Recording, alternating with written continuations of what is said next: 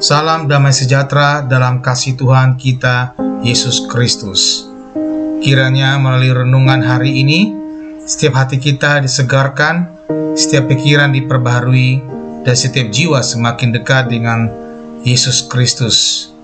Semoga renungan ini menjadi sarana untuk mendengarkan suara Tuhan setiap hari dan mengalami percobaan pribadi dengannya. Mari kita berdoa. Tuhan Yesus, kami datang di hadapan-Mu dengan hati yang rindu untuk mendengarkan suara-Mu. Terima kasih untuk anugerah-Mu yang baru setiap pagi. Saat kami membuka renungan ini, bukalah juga hati dan pikiran kami, agar kami dapat mengerti dan menerima firman-Mu dengan sukacita. Roh Kudus, tolong kami agar firman yang kami renungkan hari ini tidak hanya menjadi pengetahuan, tetapi menjadi kehidupan dalam tindakan dan keputusan kami. Pimpinlah setiap langkah kami dan ubahlah kami seturut kehendak-Mu. Di dalam nama Tuhan Yesus kami berdoa. Renungan harian pagi 3 Juni 2025. Ketika iman menjadi pemersatu hati dengan Allah. 1 Yohanes 2 ayat 23. Sebab barang siapa menyangkal anak, ia juga tidak memiliki bapa. Barang siapa mengaku anak, ia juga memiliki bapa. Seiring langkah waktu, kita mendapati perjalanan hidup ini sebagai sebuah perjalanan rohania yang penuh liku-liku. Dalam kesibukan kita dan hidup pikuk dunia, kita seringkali dihadapkan pada pilihan dan cobaan yang menguji iman kita.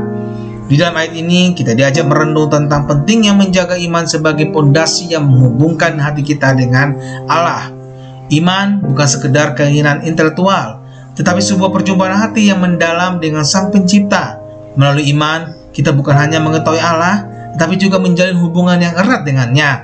Setiap langkah kita diiringi oleh iman, menjadi peluang untuk semakin dekat dengannya.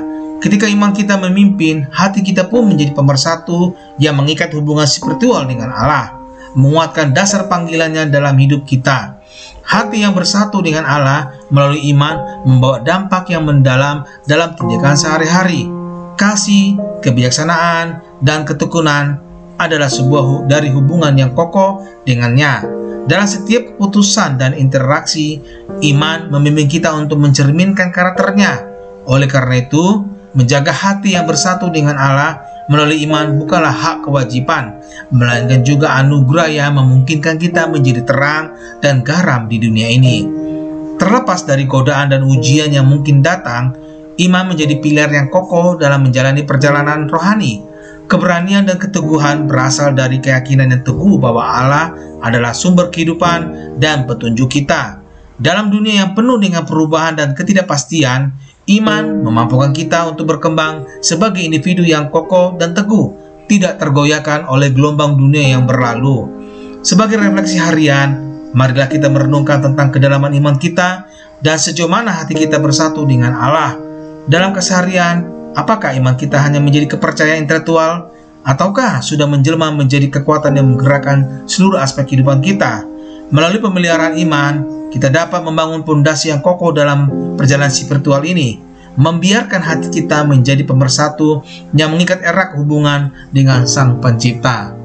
Tuhan Yesus pasti memberkati kita. Tuhan dan Juru Selamat, ketahuilah bahwa Dia mengasihimu dengan kasih yang kekal. Dia datang ke dunia, mati di kayu salib, dan bangkit pada hari ketiga, supaya setiap orang yang percaya kepadanya tidak binasa, melainkan beroleh hidup yang kekal. Yesus tidak meminta kesempurnaanmu, Dia hanya meminta hatimu. Jika hari ini engkau merasakan dorongan dalam hatimu untuk menerimanya, ucapkanlah doa ini dengan iman. Tuhan Yesus, aku mengakui bahwa aku adalah orang berdosa. Aku membutuhkan Engkau sebagai Juru Selamat di dalam hidupku.